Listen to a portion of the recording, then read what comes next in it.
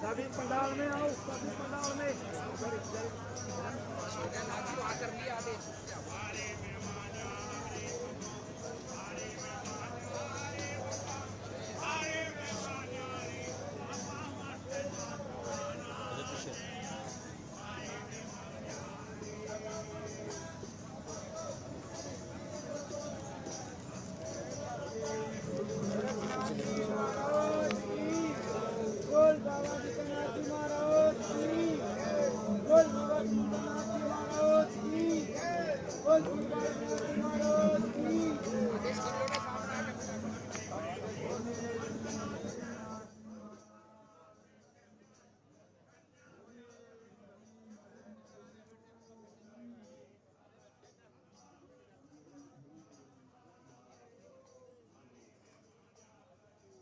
आदेश, सिद्ध बाबा गणेश नाथ जी को आदेश, बोलिए योगी आदित्यनाथ जी को आदेश, नवनाथ 84 सिद्धों को आदेश।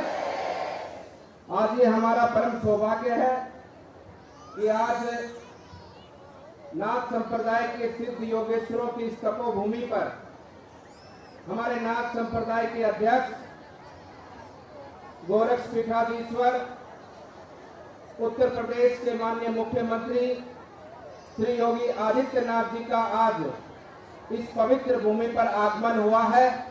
मैं एक बार फिर से सभी भक्तजनों से निवेदन करता हूं कि कर्तव्य ध्वनि से उनका स्वागत अभिनंदन करें, जोरदार कर्तव्य ध्वनि बजाकर।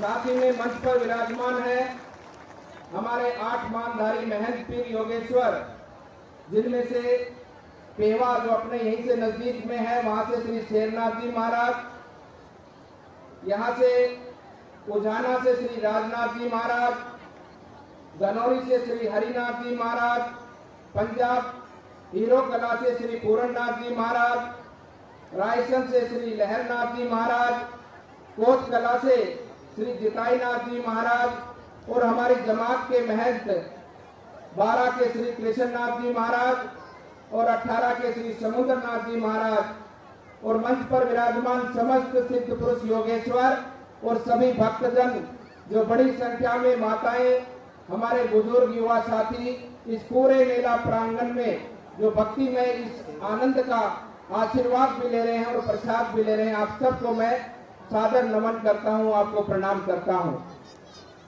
महाराज जी, ये क्षेत्र हमारा हरियाणा का बांगर का क्षेत्र है और यहाँ के लोग बहुत सीधे साधे भोले होते हैं, ये जिधर जिस दिशा में हो लेते हैं उधर ही हो लेते हैं।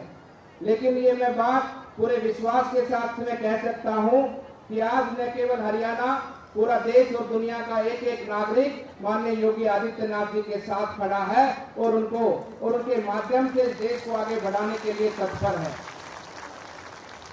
ये पवित्र भूमि नाथों की भूमि है और विशेष रूप से पूरे हरियाणा के अंदर आप देखते हैं कि जहां भी एक गांव से दूसरे गांव जाएंगे तो नाथों का धूना वहां पर लगा पाएंगे।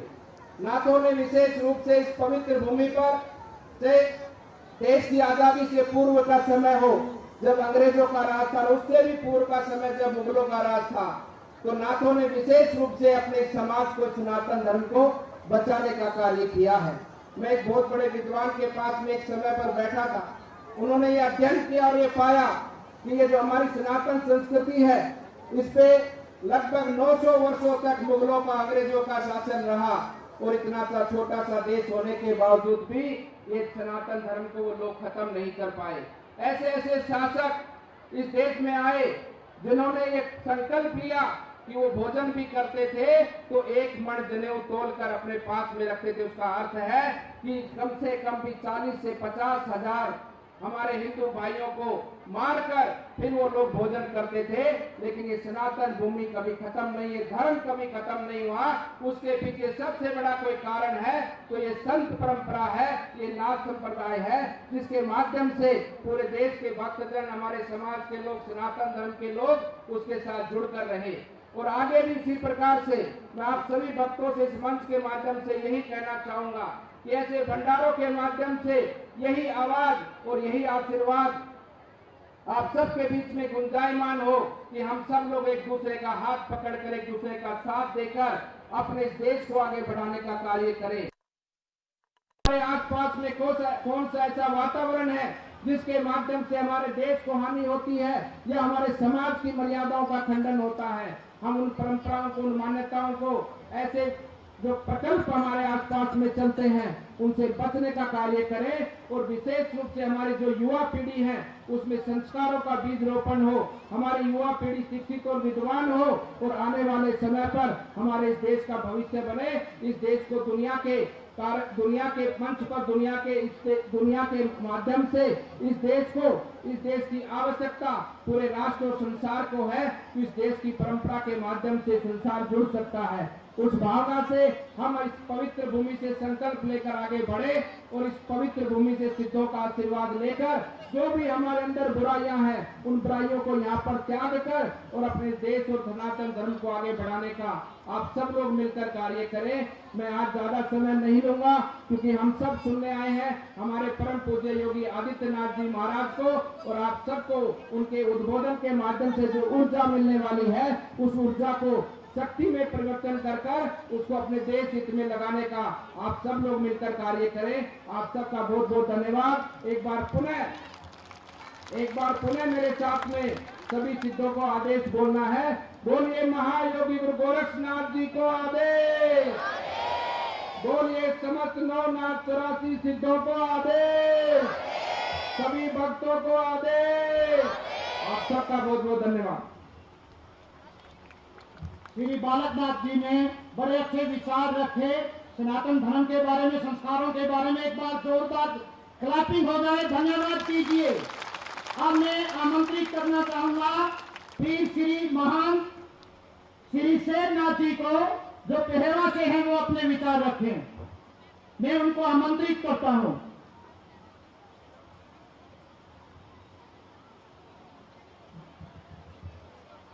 गोरक्ष बालम गुरु शिष्य पालम शेषाय बालम शशिखंड बालम कालस्य कालम जिते जन्म जालम। महायोगी गुरु गोरक्षनाथ जी नवनाथ और 84 सिद्धों की ये अद्भुत और अलौकिक परंपरा में आज हम सब लोग सिद्ध बाबा मुकुटनाथ जी की तपस्थली एवं समाधि स्थान में इस आसमान का कार्यक्रम में गणेशनाथ जी महाराज जी की समाधि को अर्पण तर्पण और समर्पण करने के लिए, भावांजलि और श्रद्धांजलि देने के लिए हमारे बीच में सभी योगेश्वर एवं गोरक्ष पीठाधीश्वर योगी आदित्यनाथ जी, जो समस्त जन संप्रदाय के हृदय सम्राट है, और हमारे उपाध्यक्ष बालकनाथ जी अस्तलबोर से, एवं 8 मान के 8 पीर में राजनाथ जी महाराज एवं हरिनाथ जी महाराज एवं समस्त पीरों और रमतेश्वर के महंतों और आप भाविक जन समाज राज्य के आगेवानों, माताओं और बंधुओं, बड़ी खुशी और बड़ी हर्ष की बात है जब इस पावन भूमि में विकृति नहीं आई है और यहाँ की आकृति देख के बड़ी प्रसन्नता होती है। समाधि का दर्शन करते हुए मुकुटनाथ जी की समाधि परंपरा के अनुसार आज मिट्टी से लिपी हुई, जो ये नज़ारा कहीं कहीं मिलता है कि ये मिट्टी में क्या चेतना और ये समाधि में क्या प्रभुत्व से जुड़ा हुआ है। वो सेवक समाज आज इस परंपरा से जुड़े हुए हैं, वो हमेशा के लिए तन मन धन से इस आश्रम की और पीर शेरनाथ जी के साथ में सेवा में सहभागी बने रहे एवं आने वाली नई पीढ़ी को अच्छे संस्कार देते रहे, शिक्षित और विकसित समाज का निर्माण करते रहे। बड़ी खुशी की बात है, हमारा गुरु महाराज गोरक्षा जी ने कहा है, सहजे रहीबा हब की न बोलीबा ठप की न चलीबा गर्व न करीबा गरीबा ध्याना। ध्यान करते रहो, सुबह शाम काम करते रहो और एवं शरीर तंदुरुस्त रहो, व्यसन से दूर रहो, एकता बनी रहे, आप धर्म से जुड़े रहो। और सभी जनमानस यहाँ उपस्थित है इस युग में, जिसने तन मन और धन से इस आश्रम में सेवा किया है, उसकी हम लोग शुभेच्छा देते हैं। और यहाँ उपस्थित सभी योगी जनों का आशीर्वाद लेने के लिए मैं आपको सबको आदेश करता हूँ एवं आप सभी को आदेश। गुरु जी ने बड़े सात्विक विचार रखे, तो गुरु जी का धन्यवाद भी जोरदार तालियों से कीजिए।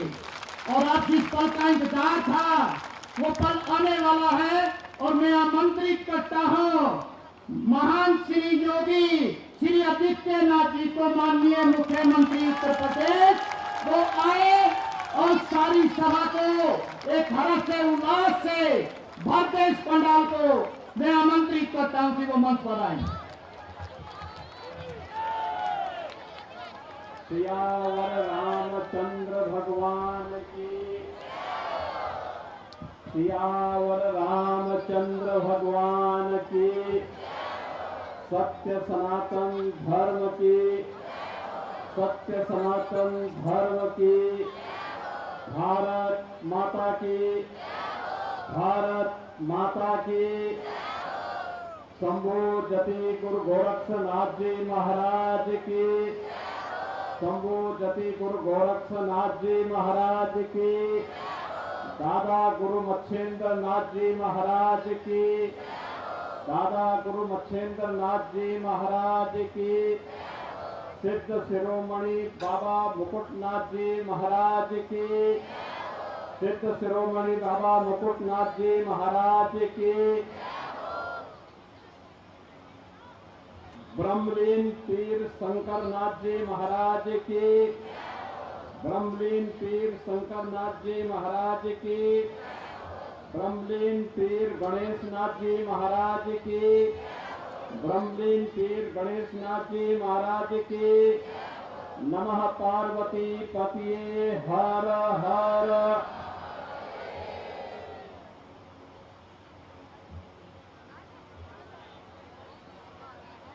सिद्ध बाबा मुकुटनाथ जी मठ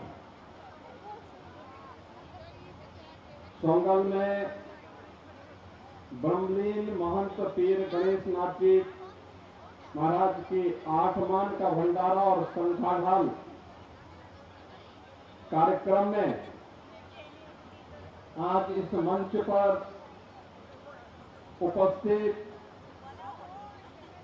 सिद्ध शिरोमणि बाबा मत्स्यनाथ जी महाराज की पावन पीठ स्थल गोहर के श्री महंत पीर बालकनाथ जी महाराज, सेवा के पीर से महंत शेरनाथ जी महाराज, उजाना मठ के पीर से महंत राजनाथ जी महाराज, भानौरी मठ के पीर से महंत हरिनाथ जी महाराज, हेरो कला पंजाब के पीर से महंत पूर्णनाथ जी महाराज, रायसन के पीर से महंत लहरनाथ जी महाराज, कोट कला के पीर से महंत जिताई नाथ जी महाराज, नाथ पंथ के हमारे से 12 के महंत कृष्णनाथ जी महाराज, श्री 18 के महंत समुद्रनाथ जी महाराज, इस पूरे कार्यक्रम के आयोजक सोंगल के पीर और नाथ पंथ की धर्मनाथ और पंथ से जुड़े हुए इस पंथ के मूल स्थल सोंगल के पीर महंत शेरनाथ जी महाराज, डबल शेरनाथ हो गए यहाँ पे, पेवा के भी शेरनाथ और सोंगल के भी शेरनाथ। आज के इस कार्यक्रम में उपस्थित भारतीय जनता पार्टी के पूर्व जिलाध्यक्ष श्री अशोक गुर्जर जी,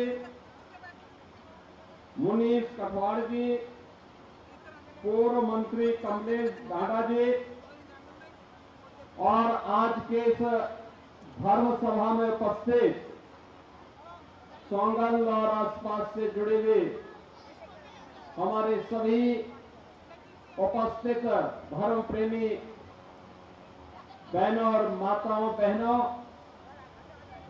नौजवान साथियों, मैं सबसे पहले सोंगल में स्थित बाबा मुकुटनाथ जी की पावन समाधि स्थली को और इस पूर्ण पावन धरा को कोटि कोटि नमन करते हुए इस ब्रह्मलीन महंत गणेश नाथ जी महाराज के इस 8 मान के भंडारे और शंकाढाल कार्यक्रम के अवसर पर उनकी स्मृतियों को नमन करते हुए पूरे नाथ संप्रदाय की ओर से उन्हें विनम्र श्रद्धांजलि अर्पित करता हूं।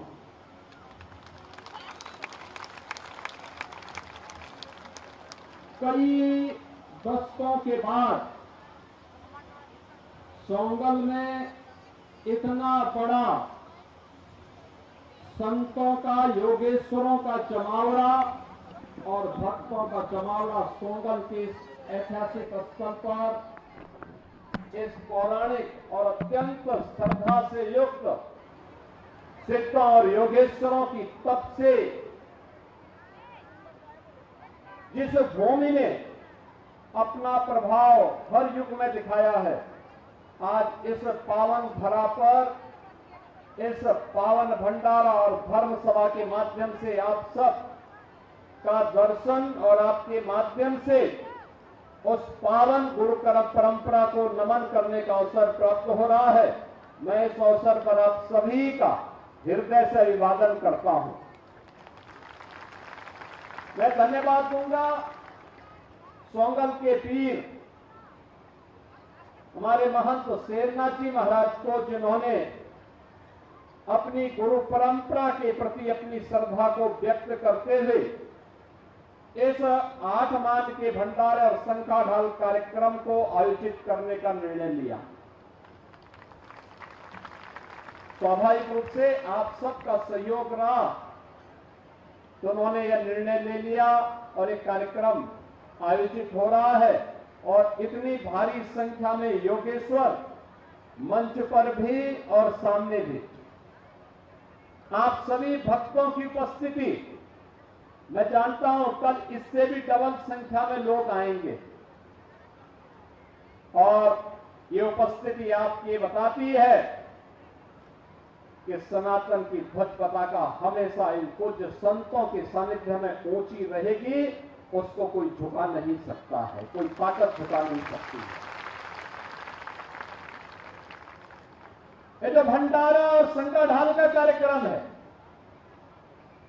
ब्रह्मलीन महंत पीर गणेश नाथ जी महाराज भौतिक रूप से हमारे बीच में नहीं, लेकिन उनकी शिष्य परंपरा में महंत पीर यहां पर शेरनाथ जी महाराज ने अपने गुरु के प्रति अपनी कृतज्ञता को व्यक्त करते हुए अपने गुरु भाइयों और अपने आप सभी श्रद्धालु जनों के साथ मिलकर के इस भंडारा और संकाढाल के कार्यक्रम को भव्य तरीके से आयोजित करने का एक साहसिक निर्णय लिया और आज उस साहसिक निर्णय का परिणाम है कि हम सब इस कार्यक्रम में भागीदार बनने का सौभाग्य प्राप्त कर रहे हैं और आप सबका भी दर्शन कर रहे हैं।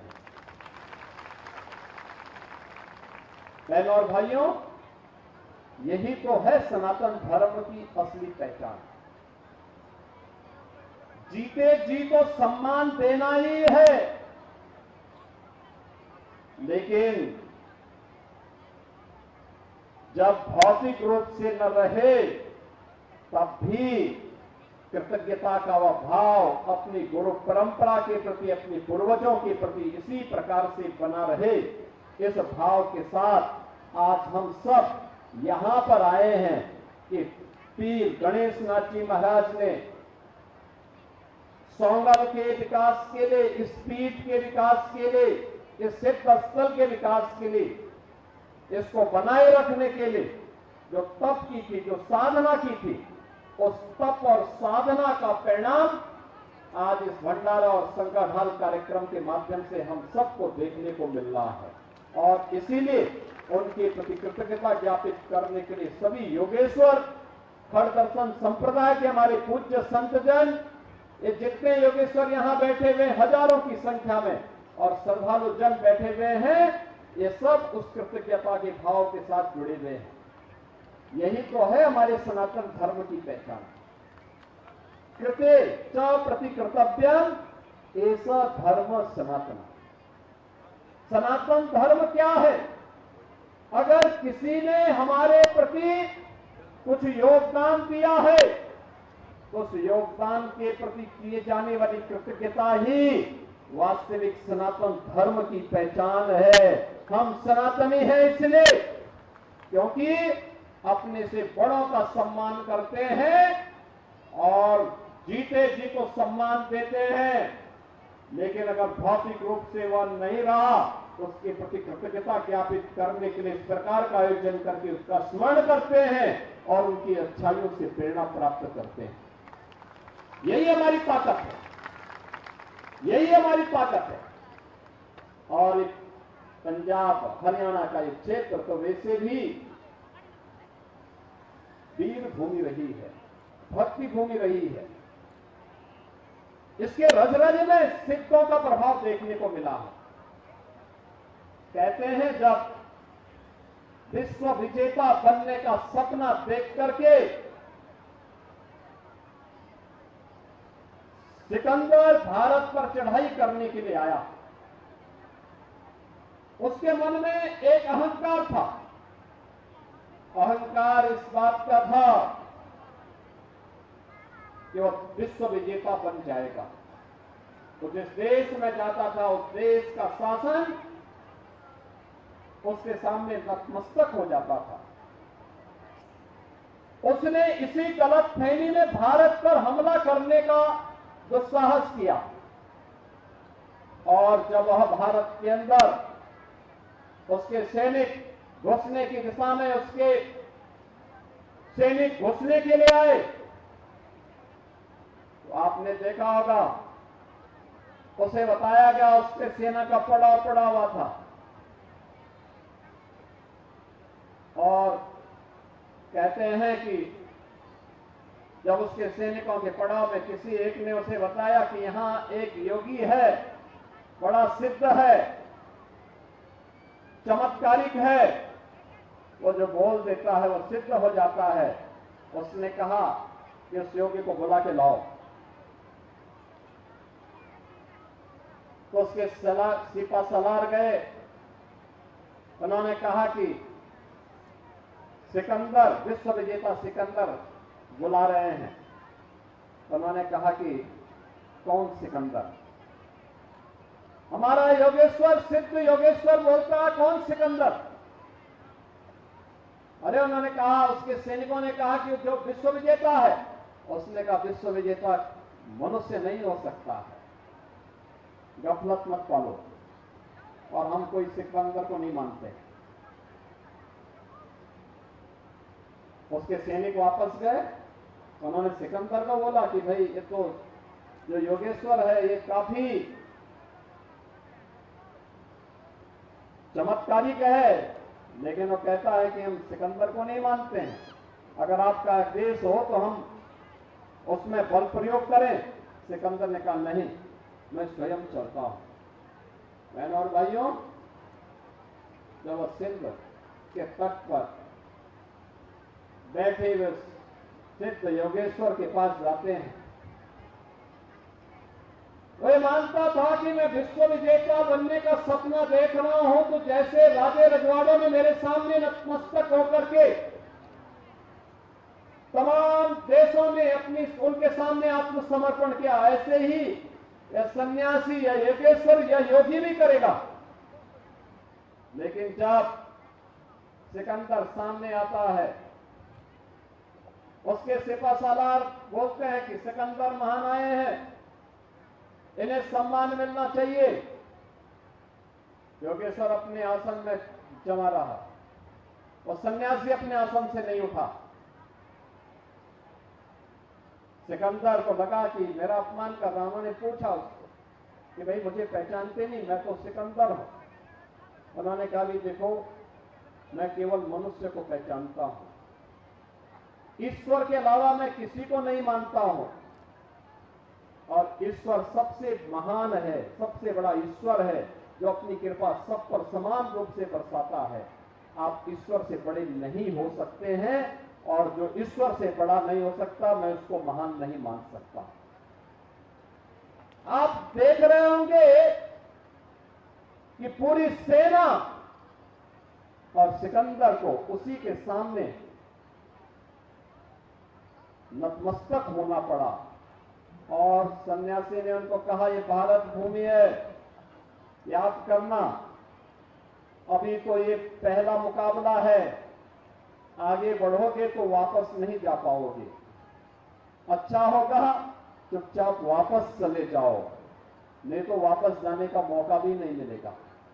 बहनों और भाइयों, ये भारत के सिद्धों की, संतों की, सन्यासियों की वो परंपरा है, जिस परंपरा ने सदैव जीवन में सदाचार को, कर्तव्य को, राष्ट्र के प्रति अपने समर्पण के भाव को सर्वोच्च मान्यता दी है। स्वयं के अहंकार से ऊपर उठ करके समाज और राष्ट्र के लिए अपने आप को समर्पित किया है। और इसीलिए तो हर भारत का सनातन धर्मावलंबी आज भी गांव में हो या शहर में, बड़े महानगरों में हो या किसी सामान्य से गांव में, कोई भी सन्यासी निकलता है तो उसके प्रति कहीं न कहीं एक आदर का भाव उन सब के मन में बना रहता है। और वह आदर का भाव ही उसके जीवन की एक बड़ी ताकत बनती है, उसका संस्कार बनता है। और यही संस्कार सदैव हम सबको आगे बढ़ने के लिए, उन परिवारों को आगे बढ़ने के लिए फलने फूलने का एक अवसर उपलब्ध करवाता है। पंजाब और हरियाणा की भूमि ने तो ऐसे सिद्धों, संतों, योगेश्वरों की एक लंबी परंपरा को आगे बढ़ाया है, लंबी परंपरा को आगे बढ़ाया है।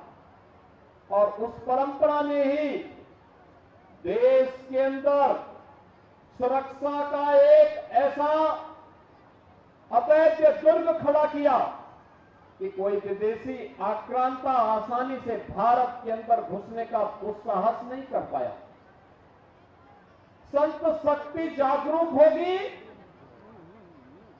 और ईमानदारी के साथ धर्म और सत्य के मार्ग पर चलते हुए राष्ट्र की चेतना को जागरूक करती रहे तो दुनिया की कोई ताकत भारत का और भारत के सनातन धर्मावलंबियों का बाल बांका नहीं कर सकता है।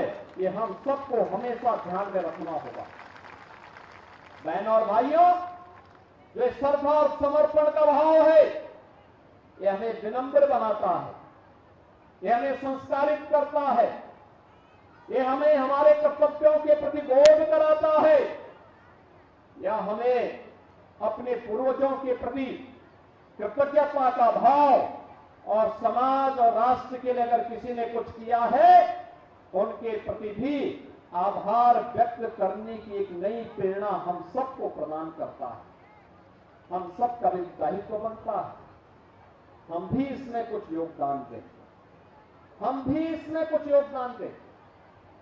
जो लोग देश के लिए हित में काम कर रहे हैं उनका समर्थन करना, उनका सहयोग करना, और जो लोग देश विरोधी कार्य कर रहे हैं, धर्म विरोधी आचरण कर रहे हैं, उनको नकारना, उनको दुत्कारना, उनको हमेशा के लिए बाहर का रास्ता दिखा देना।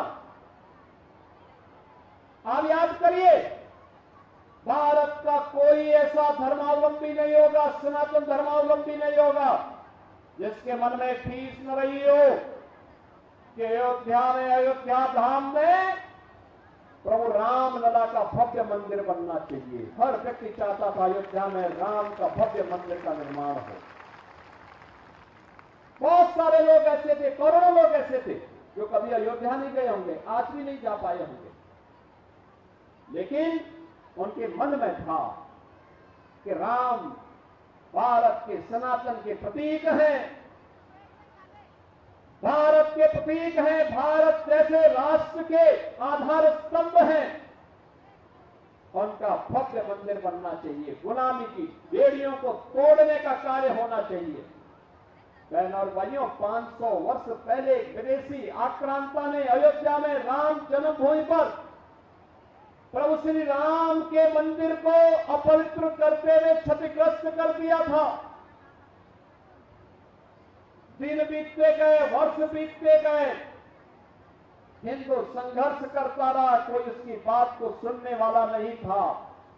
याद करिए, अयोध्या में राम लला का मंदिर भव्य बने, इसके लिए इस पहल को तब नई ऊंचाइयां प्राप्त हुई जब देश के अंदर मोदी जी देश के प्रधानमंत्री बने हैं। और मोदी जी के प्रधानमंत्री बनने के बाद आज देश के अंदर आपने देखा होगा, उत्तर प्रदेश में अयोध्या में राम मंदिर मुक्ति नहीं हुआ, बल्कि दुनिया का सबसे भव्यतम मंदिर बनकर के खड़ा हो गया। रामलला विराजमान हो गए हैं। आप मुझे बताओ, आजादी के बाद तो अनेक लोगों को सरकार बनाने का अवसर प्राप्त हुआ था, तमाम लोग आए गए, किसी ने आपकी आस्था के बारे में क्यों नहीं सोचा? क्योंकि उनके पास फुर्सत नहीं थी, तुष्टीकरण से फुर्सत नहीं थी, वोट बैंक से फुर्सत नहीं थी। मोदी जी आए, केंद्र में और राज्य में एक जैसी सरकार बनी, परिणाम क्या है? परिणाम है राम मंदिर का निर्माण हो गया है। और राम मंदिर का निर्माण हो गया है तो उत्तर प्रदेश वासियों को सुरक्षा की गारंटी और देशवासियों की आस्था की गारंटी अयोध्या ने पूरे देशवासियों को, पूरे सनातन धर्मावलंबियों को दे दी। बहनों और भाइयों, ऐसे ही काशी में काशी विश्वनाथ धाम बन गया, महाकाल में महाकाल का महालोक बन गया है, उत्तराखंड में केदारपुरी में और बद्रीनाथपुरी में वहां पर भी भव्य धाम का निर्माण हो चुका है। ये तब होता है जब उसके बारे में सोचने वाली सरकारें होती हैं, जब सनातन की विरोधी सरकारें आएंगी तो वे तुष्टीकरण करेंगी और आजादी के बाद कश्मीर की समस्या हो या नक्सलवाद की समस्या, ये जो भी समस्याएं दी गई हैं, इन्हीं लोगों ने दी है जिन्होंने तुष्टीकरण के नाम पर देश को बांटा। जब देश में जनचेतना जागरूक हुई तो जनचेतना के जागरण का परिणाम क्या था? जनचेतना का परिणाम था कि लोगों के मन में आया कि इन लोगों ने अन्याय किया है सनातन के प्रति, देश के प्रति, उनको अविश्वास का प्रतीक बना दिया और विश्वास जताया भारतीय जनता पार्टी पे, मोदी जी पे। आज देश के अंदर मोदी जी के नेतृत्व में वह भाव आगे बढ़कर के काम कर रहा है जो भारत की जनता जिस रूप में अब देश को लेकर के चलना चाहती थी। बहनों और भाइयों, जिन लोगों ने विश्वास को दिया है, आज वे भारत के संवैधानिक संस्थाओं पे अविश्वास जता रही है। कभी कहते हैं कि लोकसभा के स्पीकर पे हमारा विश्वास नहीं, कभी कहते हैं कि हमें भारत निर्वाचन आयोग पे हमारा विश्वास नहीं। यानी अगर चुनाव भारत निर्वाचन आयोग करवाए और वे लोग जीत जाएं तो उनकी उपलब्धि हो गई, और हार गए तो संवैधानिक संस्थाओं पर उंगली उठाते हैं, न्यायपालिका पर उंगली उठाते हैं। बहनों और भाइयों, ये कड़वा कड़वा थू और मीठा मीठा गप नहीं चलेगा। यह देश समझ चुका है जो लोग सनातन विरोधी आचरण करते हुए भारत को कमजोर करने का कार्य कर रहे हैं, अब भारत की जनता उसे स्वीकार नहीं करेगी। भारत के आन बान और शान के खिलाफ किसी को खिलवाड़ करने की इजाजत अब भारत नहीं देने वाला है। बहनों और भाइयों, एक तरफ हमारी धर्म सभाओं में इन बातों पर चिंतन होना चाहिए और दूसरी तरफ याद करना, जब भी कोई अच्छा अवसर आता है तब हमारा प्रयास होना चाहिए, तब हमें अपनी कमियों को भी देखना होगा। याद करना, भारत का दुश्मन हमेशा इस फिराक में रहता है कि कहां कमजोरी रह गई है, उस कमजोरी से कैसे हम इस देश को कमजोर और कर सकें, और वही स्थिति है। मैं आप सबका आह्वान करूंगा, भारत का दुश्मन पाकिस्तान भारत के अंदर किसी न किसी शरारत के तहत नशे के कारोबार को बढ़ाने का कुत्सित प्रयास कर रहा है। हम अपनी युवा पीढ़ी को, समाज को जागरूक करें, नशे के खिलाफ अभियान चलाएं। नशा नाश का कारण है। नशे के खिलाफ हमारे द्वारा किए जाने वाले किसी भी प्रयास के लिए यह देश के लिए की जाने वाली सेवा ही है। हमें नशे के खिलाफ एक आंदोलन को आगे बढ़ाना होगा और बताना होगा ये नशे के सौदागर देश के दुश्मन हैं, इनको पनपने नहीं देना चाहिए, इनको किसी से प्रश्रय नहीं लेने देना चाहिए, क्योंकि मौत के सौदागर देश की सुरक्षा के साथ भी खिलवाड़ कर रहे हैं। भारत की युवा पीढ़ी जो ऊर्जा और प्रतिभा से भरपूर है, जब भी उसे अवसर मिला है उसने देश और दुनिया के सामने अपनी प्रतिभा और अपनी ऊर्जा का लोहा बनाया है। उस युवा पीढ़ी के साथ खिलवाड़ करने की छूट किसी भी नशे के सौदागर को नहीं दी जानी चाहिए, और धर्म सभाओं के माध्यम से भी हमें इसके माध्यम से आम जनमानस को जागरूक करने की दिशा में आगे बढ़ना चाहिए। एक प्रयास होना चाहिए। हमारे सनातन धर्म से जुड़े हुए स्थल कैसे होने चाहिए, उनका स्वरूप उनको किस रूप में विकसित किया जाना चाहिए, बिना किसी भेदभाव के हर सनातन धर्मावलंबी को उन स्थलों में जाकर के दर्शन करने, पूजन करने, वहां के अनुष्ठान में भागीदार बनने, एक साथ मिलकर के भारत को मजबूती की नई ऊंचाइयों तक पहुंचाने में योगदान देने के लिए उन सभी को एक साथ इन केंद्रों में आने का अवसर दिया जाना चाहिए।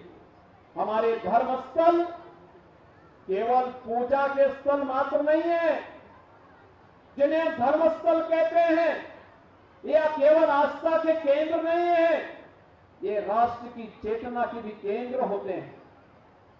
राष्ट्र की चेतना के केंद्र, ये केंद्र आस्था के साथ साथ समरसता के केंद्र भी बने। बिना भेदभाव के हर एक व्यक्ति को आस्था को व्यक्त करने के लिए उसको स्वतंत्रता मिलनी चाहिए। हमें याद करना होगा, यह देश कमजोर हुआ है तब जब जाति के नाम पर बटा था, तमाम आपसी मतभेदों में उलझा हुआ था, एक दूसरे को नीचा करने की दुष्प्रवृत्ति हावी हो रही थी। जब यह देश कमजोर हुआ तो विदेशी आक्रांता आकर के हमारे धर्मस्थलों को नष्ट किए, बहन बेटियों की इज्जत के साथ खिलवाड़ किए। लेकिन आज ये देश स्वतंत्र है। अब देश में स्वतंत्रता नहीं, किसी प्रकार की अराजकता नहीं, एक नए भारत का दर्शन हो रहा है और इस भारत पर हम सबको गौरव की अनुभूति करनी चाहिए। ये भारत फिर से दुनिया की सबसे बड़ी ताकत बनने की ओर अग्रसर है। आप सोचो ना, इतनी बड़ी धर्म सभा में हम सब एकजुट हैं, सुरक्षित वातावरण में कार्य कर रहे हैं। आज तो मैं आ गया हूं, बालकनाथ जी महाराज आ गए हैं, तो पुलिस भी है, अन्यथा पुलिस नहीं भी होती तब भी गांव के लोग इससे बड़ा आयोजन यहां पर करने की सामर्थ्य रख सकते हैं। ये हमारी ताकत है, ये सनातन की ये ताकत है। बिना किसी शासन प्रशासन के सहयोग के बड़ा आयोजन अपने दम पर गांव के लोग, समुदाय के लोग अपने आप करते हैं। लेकिन मैं कह रहा हूं, इतना बड़ा आयोजन इस सोंगल गांव में हम कैथल जिले में आज यहां पे आयोजित कर रहे हैं, क्या दुनिया के अंदर संभव है? क्या आप देख रहे होंगे खाड़ी देशों में युद्ध चल रहा है, खाड़ी देशों में युद्ध चल रहा है, युद्ध खाड़ी में हो रहा है, दुनिया में आर्थिक अराजकता होगी, लेकिन भारत इन अन्नदाता किसानों के पुरुषार्थ से, अपने यशस्वी नेतृत्व से, देश के यशस्वी नेतृत्व के मार्गदर्शन में सीना तान करके अपने विकास की यात्रा को आगे बढ़ाई जा रहा है। उसमें कोई किसी प्रकार का कोई फर्क नहीं। यह समय है जब पूरा देश एकजुट होकर के 145 करोड़ का भारत अपने नेतृत्व पर विश्वास जताते हुए मजबूती के साथ देश के साथ खड़ा होकर के बोले कि जो भी देश के नेतृत्व का आदेश होगा हम सब उसका पालन करेंगे। लेकिन बहनों और भाइयों, जब दुनिया अराजकता में, अव्यवस्था में त्रस्त है, भारत मजबूती के साथ विकास की नई ऊंचाइयों को प्राप्त कर रहा है, तब लोग अफवाह का सहारा बनाने का प्रयास कर रहे हैं, अफवाह फैला रहे हैं, अफवाह के नाम पर अराजकता फैला रहे हैं। जो लोग जिनका विश्वास जनता खो चुकी है, जिन लोगों को जनता पहले ही बाहर का रास्ता दिखा चुकी है, आज वे लोग जब मुकाबला नहीं कर पाए तो अब अफवाह का सहारा ले रहे हैं, अराजकता फैला करके अव्यवस्था पैदा करना चाहते हैं। हमें अव्यवस्था और अराजकता को नहीं फैलने देनी है, मिल करके कार्य करना है। एक भारत श्रेष्ठ भारत के निर्माण में हम सबको मजबूती के साथ कार्य करना है, क्योंकि देश सुरक्षित रहेगा तो सनातन भी सुरक्षित रहेगा, और सनातन सुरक्षित रहेगा तो देश भी सुरक्षित रहेगा। दोनों एक दूसरे के पूरक हैं, दोनों को एक दूसरे से अलग करके नहीं रखा जा सकता है। हम सब मिलकर के उस दिशा में प्रयास करें। मुझे बहुत अच्छा लगा, मैं इससे पहले एक बार आया था यहाँ पे, और उस समय मुझे यहाँ दर्शन करने का अवसर प्राप्त हुआ था। उस समय मुझे पेवा के पीर महंत शेरनाथ जी महाराज के आश्रम में जाकर के वहां के भंडारा कार्यक्रम में भागीदार बनने का अवसर प्राप्त हुआ था और वहां से मैं यहां आया था। आज मुझे इस भंडारा कार्यक्रम में बाबा सिद्ध योगी बाबा मुकुटनाथ जी महाराज की पावन समाधि और ब्रह्मलीन पीर महंत गणेश नाथ जी महाराज की पावन समाधि स्थलों के दर्शन करने का सौभाग्य प्राप्त हो रहा है। इतने योगेश्वरों का, हजारों योगेश्वरों से मिलने और उनका दर्शन करने का सौभाग्य प्राप्त हो रहा है और आप सभी भक्तों के साथ मिलकर के इस कार्यक्रम में भागीदार बनने का अवसर प्राप्त हुआ है। मैं आज के इस अवसर पर सोंगल के पीर महंत शेरनाथ जी महाराज, उनके सभी सहयोगियों को, आप सभी भक्तों को हृदय से मैं धन्यवाद देता हूं। इस भंडारा और संकाढाल कार्यक्रम की सफलता के लिए अपनी शुभकामनाएं देता हूं और विश्वास करता हूं कि आप सभी लोग मिलकर के सोंगल के विकास के लिए, धर्म के प्रकाश को आगे बढ़ाने के लिए निरंतर कार्य करेंगे। निश्चित इन सिद्धों का आशीर्वाद आपके परिवार को आगे बढ़ने के लिए निरंतर एक नई प्रेरणा और प्रकाश प्रदान करता रहेगा।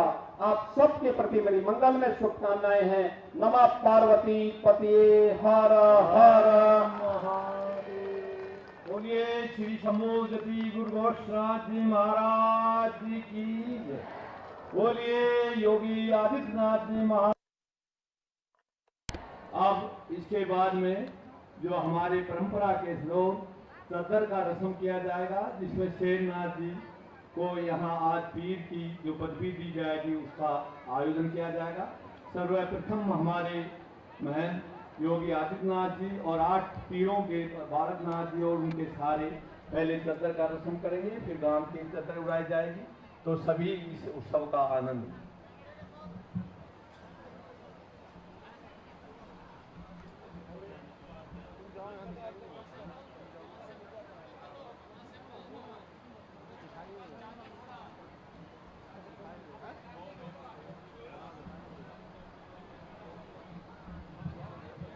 बोलिए श्री शंभू जति गुरु गोरक्षनाथ जी महाराज की जय। जो रस्म है चादर रस्म, पीर शेरनाथ जी को चादर की रस्म का आयोजन किया जा रहा है। आप सभी वहीं से बैठ कर के दर्शन करें और पीरों के द्वारा, योगी जी के द्वारा जो अभी चादर रस्म की जाएगी वो आपके सामने है।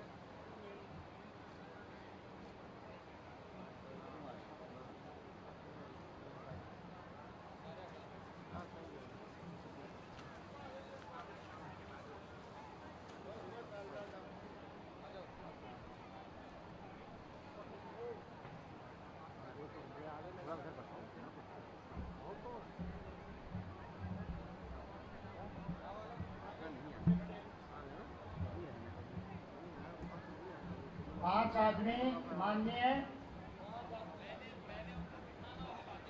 गांव के मुखिया जी व सभी मौजूद व्यक्ति, राजनिवास जी, विक्रम जी, जो भी मंच पर विद्यमान हैं, वो भी इस प्रक्रिया का हिस्सा बने। सम्मानित किया जाएगा पीर शेरनाथ जी को। सर्वप्रथम गांव की तरफ से पत्रकार जितने भी पंचायत और गांव के प्रमुख व्यक्ति आ रहे हैं वो पहले पीर जी को उठा करके गद्दी पर विराजमान करेंगे और उनकी सदर रस्म की जाए।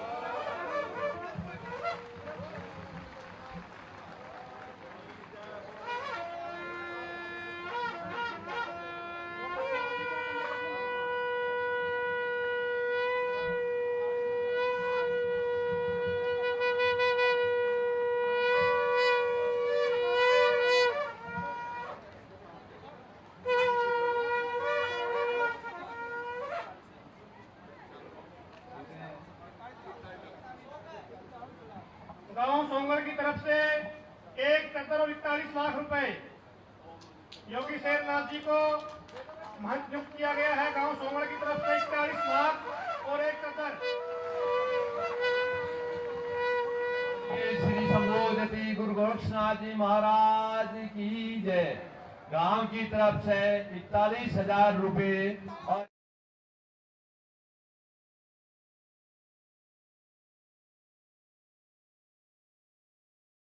को गुरु गोरक्षनाथ जी का आशीर्वाद प्राप्त हो। अब इसके बाद में हमारे स्थल गौर के महंत पीर बालकनाथ जी, योगी आदित्यनाथ जी और 8 मान के पीर हैं, वो सदर का रस्म करें।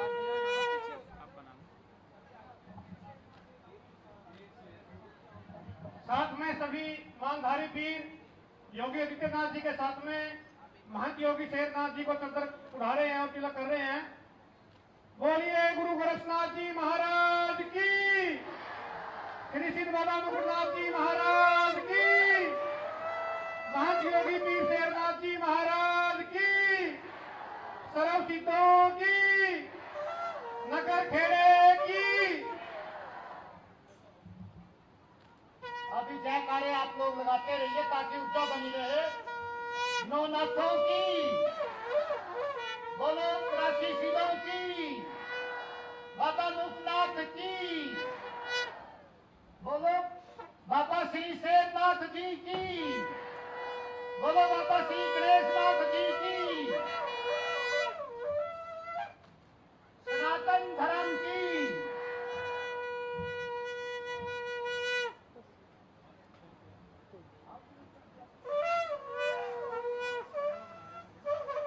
शस्त्रमोड़ से महंत योगी बालकनाथ जी 1 चद्दर 500 रुपया, श्री पीर शेरनाथ जी पेवा से, बाबा गरीबनाथ मठ 500 रुपया, 12 के महंत कृष्णनाथ जी, 18 के महंत सुमंद्रनाथ जी 1 गुरु और 1100 रुपया। महाराज की जय। श्री पीर हरिनाथ जी, गांव धनौरी